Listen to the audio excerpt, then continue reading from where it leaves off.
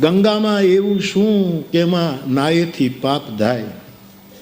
આવો પ્રશ્ન કોઈ દી કોઈ નથી કરતા જે ગંગામાં નાય. અત્યારે જે રિપોર્ટ આપ્યો ને આપવાની અત્યારે જરૂર નહોતી.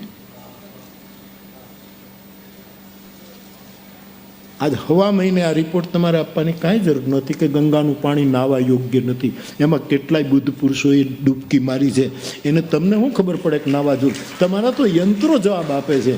કોઈના મંત્રો એમાં પ્રવેશ્યા હશે, એનું શું હશે? લાખો કરોડો લોકોના શ્રદ્ધાનો આ વિષય છે. કાલે મેં અખબારમાં વાંચ્યું કે એવો રિપોર્ટ આવ્યો છે. મારે એમ તો આપણે વિરોધ શું કરીએ, પણ આપણે વિનય તો કરીએ.